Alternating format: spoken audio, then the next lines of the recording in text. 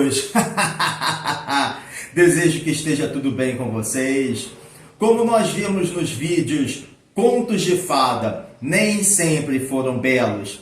E a Bela Adormecida, a face oculta do conto, ambos postados aqui no canal Sobrevivência em Livros, os contos de fadas, apesar de sempre terem figurado entre os textos que mais fascinam pessoas de todas as idades, incluindo acadêmicos como professores e psicólogos, na realidade eram criados para alertar os pais sobre situações consideradas absolutamente trágicas, perigosas, sombrias e violentas, às quais as crianças estavam expostas.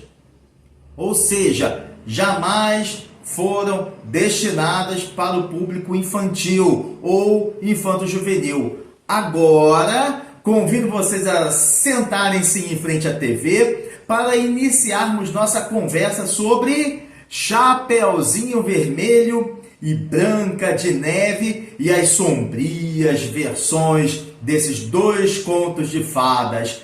Mas antes de nós penetrarmos nesses mundos imaginários, ou não imaginários assim, né? Vocês já sabem, vocês vão se inscrever no canal, curtir o trabalho da gente, comentar e compartilhar o vídeo com seus filhos, familiares e amigos e também ativar o sininho, muito importante para você receber a notificação de um vídeo novo aqui no canal. E também acessar os nossos conteúdos no Instagram, @Sobrevivência em Livros. Para começar, nós precisamos ter em mente que diversas narrações são de origem popular, contadas e recontadas de maneira oral por várias gerações. Esse antigo hábito não tinha como objetivo o público infantil. Muito longe disso, longíssimo disso. Na realidade, tais contos eram notícias para alertar os pais sobre os perigos que seus filhos e principalmente filhas corriam, como sequestros, estupros, escravidão sexual, prática de trabalho escravo e até mesmo canibalismo. Com o tempo, as histórias foram sendo amenizadas, digamos assim, e ganharam ares de encantamento, beleza e ingenuidade para crianças ficarem atentas a essas lições. As versões originais dos contos Branca de Neve e Chapeuzinho Vermelho foram alteradas em 1810 pelos Grimm, o que fez de ambos parte do rol de alguns dos mais mágicos e adoráveis contos de fadas felizes para sempre. Mas agora nós vamos conhecer a versão original e sombria de Chapeuzinho Vermelho. O escritor e poeta francês Charles Perrault, que viveu entre 1628 e 1703, conhecia uma antiga lenda oral, provavelmente muito anterior ao século XVII, contada por camponeses da França, da Itália e da Alemanha, sempre com um caráter muito popular sobre uma garota que havia anos se perdido ou não em uma floresta. Então, ele decidiu reescrever o texto e o publicou em 1697 sob o título de Le Petit Chaperon Rouge, ou, como a gente conhece, a pequena Chapeuzinho Vermelho, ou a Chapeuzinho Vermelho, que retrata uma moça jovem, atraente e bem educada, que ao sair da aldeia é enganada pelo lobo, que come uma velhinha e faz uma armadilha para a menina, que termina também sendo devorada sem final feliz.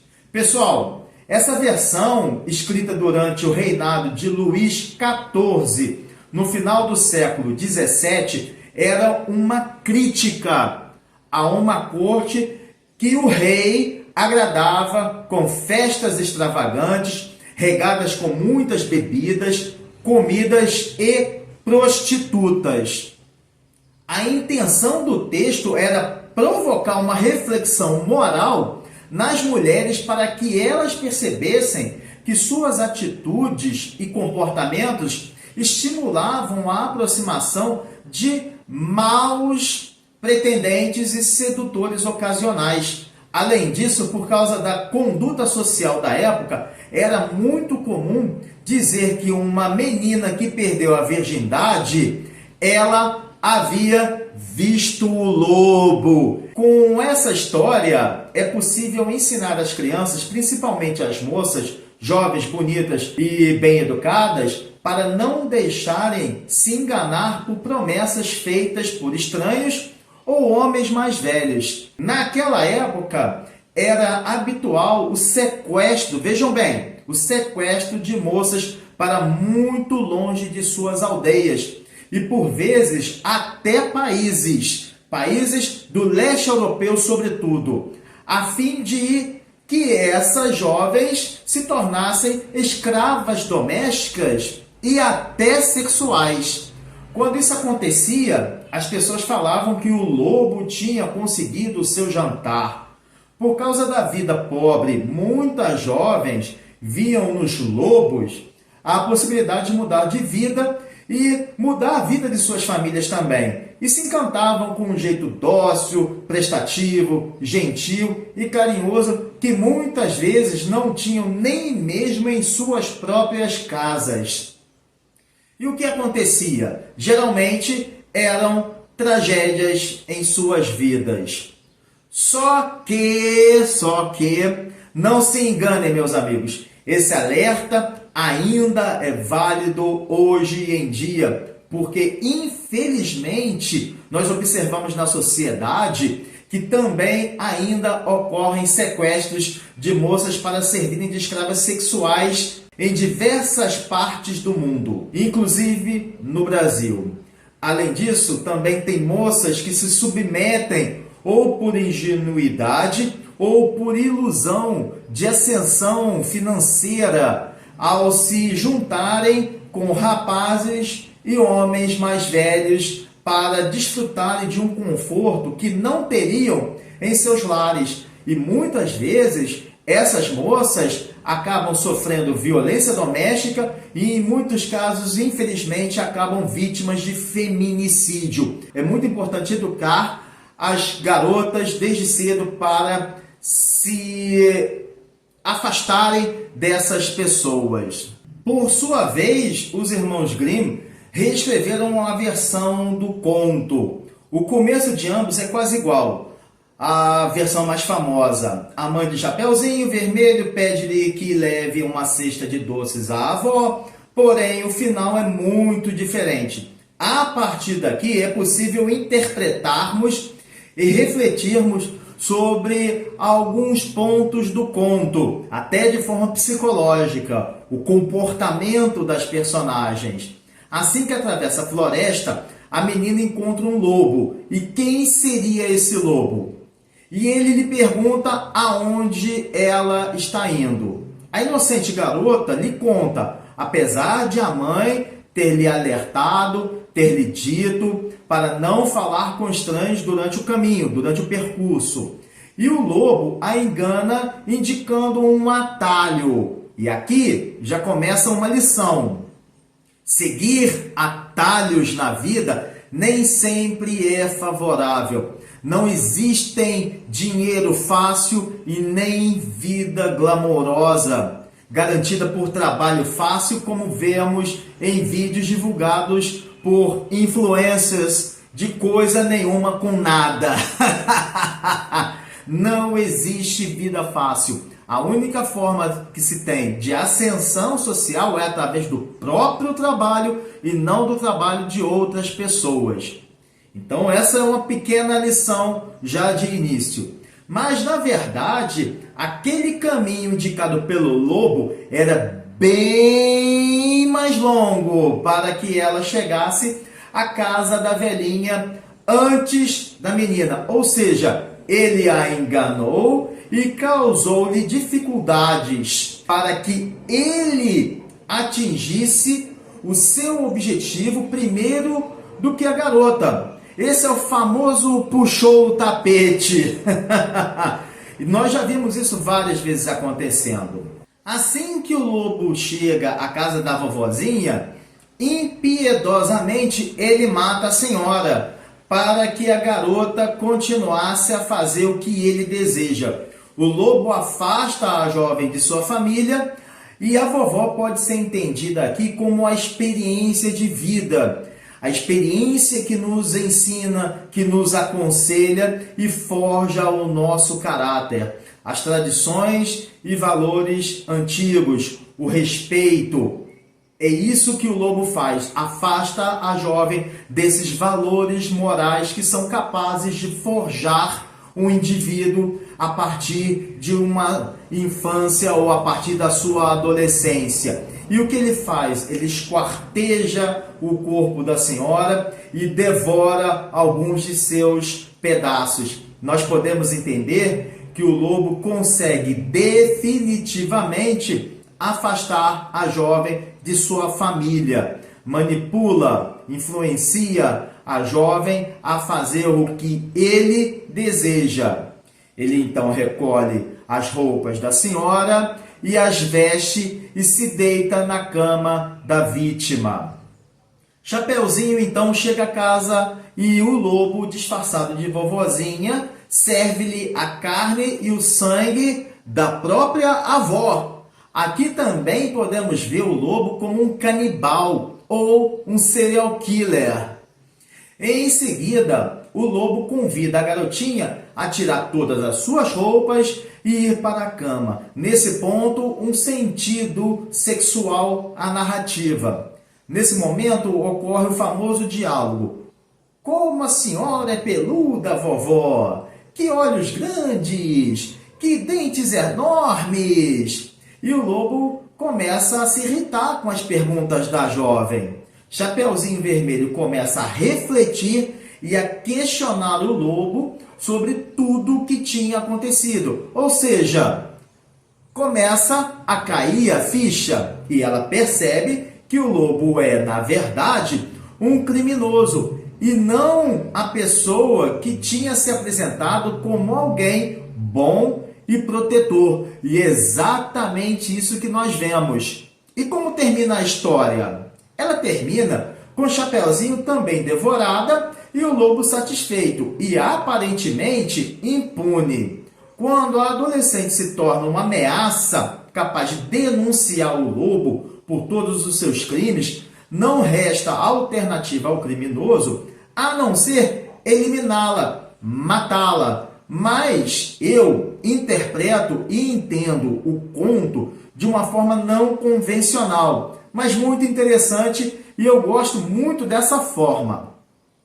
Eu vejo o lobo como a própria vida, a vida que nos devora todos os dias, principalmente quando alguém tenta passá-la para trás ao ignorar valores éticos, morais e de respeito somente para se dar bem às custas do outro. Em um futuro muito próximo, prestem bem atenção, as dores obtidas por trilhar um caminho supostamente mais fácil causam sofrimento às pessoas que optaram pelo lado sombrio da vida, pelo lado sombrio do destino. E, claro, o seu destino vai ser um destino muito trágico. Vocês sabiam que as versões originais dos camponeses não citam nenhum caçador que salva Chapeuzinho Vermelho e a vovó?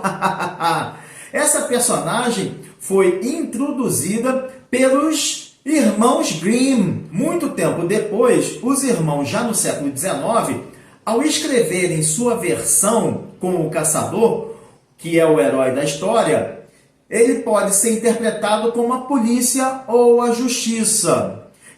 Tudo isso, todo esse conto é muito sombrio, não, pessoal? Mas que serve de alerta para todos envolvidos em um núcleo familiar com crianças. Já o conto A Branca de Neve traz a famosa frase: espelho, espelho meu, existe alguém mais bela do que eu? Mas quem pergunta ao espelho mágico não é uma bruxa, mas uma rainha. O espelho, que sempre diz a verdade, responde que a própria filha da rainha, a princesa Branca de Neve, é a mais bela do reino. E Branca de Neve era uma linda menina de apenas 7 anos de idade, com cabelos muito pretos que contrastavam com sua pele tão alva e tão rosada. A face oculta do conto se inicia com a fúria da rainha, que contratou um caçador para matar a própria filha. O caçador deveria retirar os órgãos da menininha para a rainha comê-los. Olha só! Mas o caçador, que tinha um bom coração, sem coragem de matar a pequena princesinha, ele abateu um javali e levou os órgãos do animal para a rainha comer como se fossem os da própria filha. Por sua vez, Branca de Neve fugiu para a floresta, onde encontrou uma casinha onde viviam 7 anões, que a deixaram se esconder em troca de limpar, lavar, passar, costurar e cozinhar. Mas o espelho fofoqueiro revelou à rainha que foi enganada pelo caçador e que Branca de Neve estava viva e ainda muito mais bela. A irada rainha, narcisista como ela, queria matar a princesa de qualquer jeito. Então, ela decidiu procurar a casa dos anões pela floresta para ela mesma matar a própria filha. Um dia, disfarçada como uma bondosa velhinha, bate à porta da casinha dos anões. Branca de Neve atende sem desconfiar de nada, claro.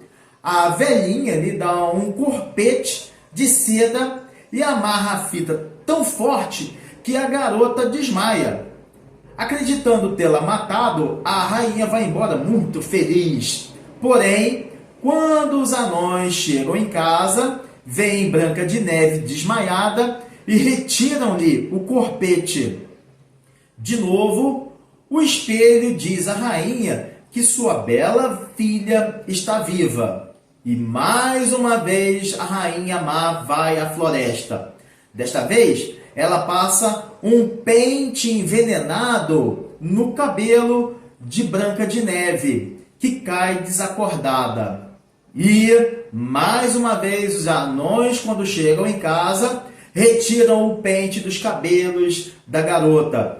Preocupados, eles a alertam para não mais abrir a porta para estranhos. Vejam o mesmo alerta para não falar com estranhos que acontece no conto de Chapeuzinho Vermelho. A terceira tentativa da rainha é a mais famosa de todas, a suculenta maçã envenenada. Branca de Neve então dá uma mordida na maçã assim que a recebe e cai desfalecida. Ao chegar em casa, os anões tentam acordá-la, mas se desesperam porque não conseguem reanimá-la. Todos os esforços são em vão. Muito tristes, pensando que Branca de Neve estivesse morta, colocam-na em um caixão de vidro. Levam-na para a floresta e ficam apreciando sua beleza e se despedindo da menina antes de enterrá-la. Algumas boas horas, muitas horas se passam e um príncipe, atravessando pela floresta, viu aquele funeral e se aproximou do caixão com a bela moça.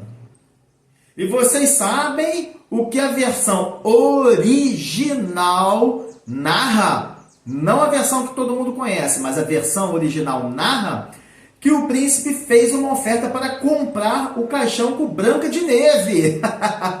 Só que eles, evidentemente, não aceitaram a proposta. Então, muito mais forte do que os anões, Sua Alteza consegue raptar a jovem morta, supostamente morta, e colocá-la em seu cavalo. Assim que chega em seu castelo, um dos criados dá um forte soco na barriga dela. Imediatamente, Branca de Neve cospe o pedaço de maçã envenenado que havia engasgado e se levanta. Ou seja, sem que o veneno caísse em sua corrente sanguínea. Por isso que ela não morreu.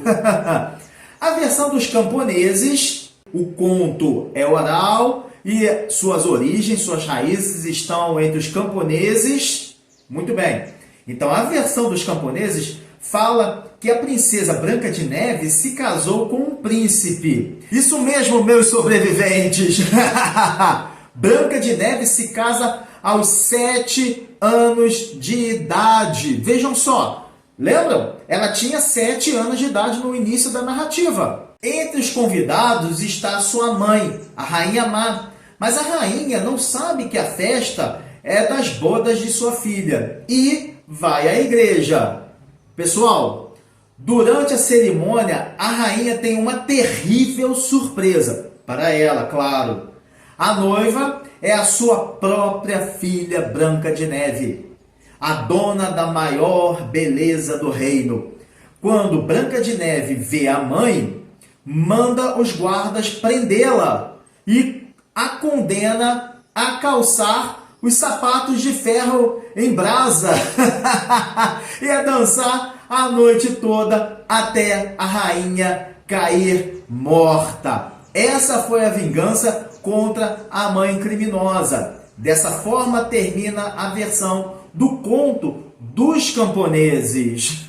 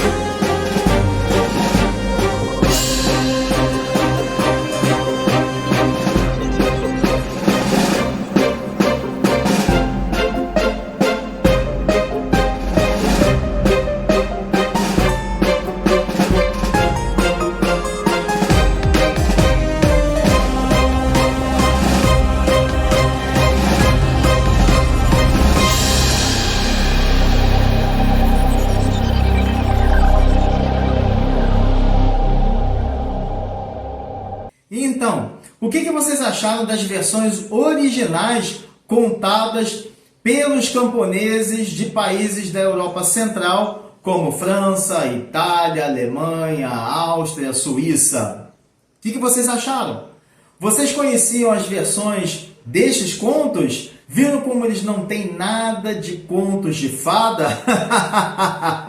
Mas, meus amigos, é muito importante nós não nos esquecermos que essas histórias serviam de alertas para uma população muitas vezes esquecidas nas florestas ou em lugares muito pobres que viviam à mercê dos perigos.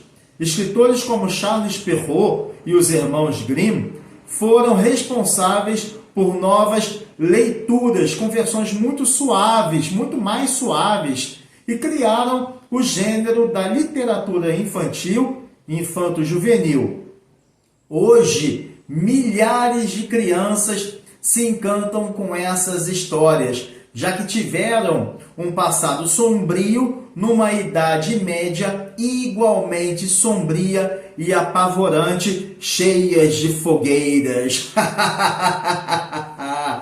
Então isso é tudo, pessoal. Um forte abraço e valeu!